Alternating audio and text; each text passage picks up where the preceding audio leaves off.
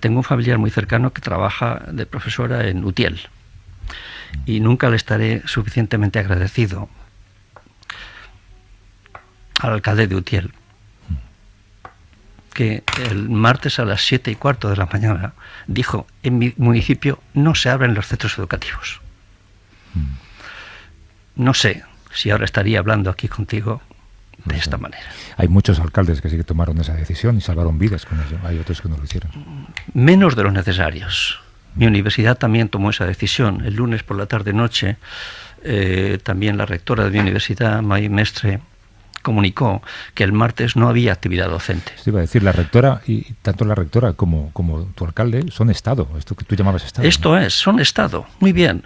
¿Qué eché de menos aquí? Que esta comunicación de mi rectora o del alcalde de Utiel lo hubiera hecho mi gobierno valenciano, que el martes por la mañana hubiera dicho: se prohíbe la movilidad, como hacen en Estados Unidos.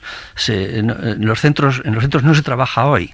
Los centros educativos en esta zona, en toda esta zona, se suspende la actividad. Esto es lo que yo he echado de menos, Javier. Y yo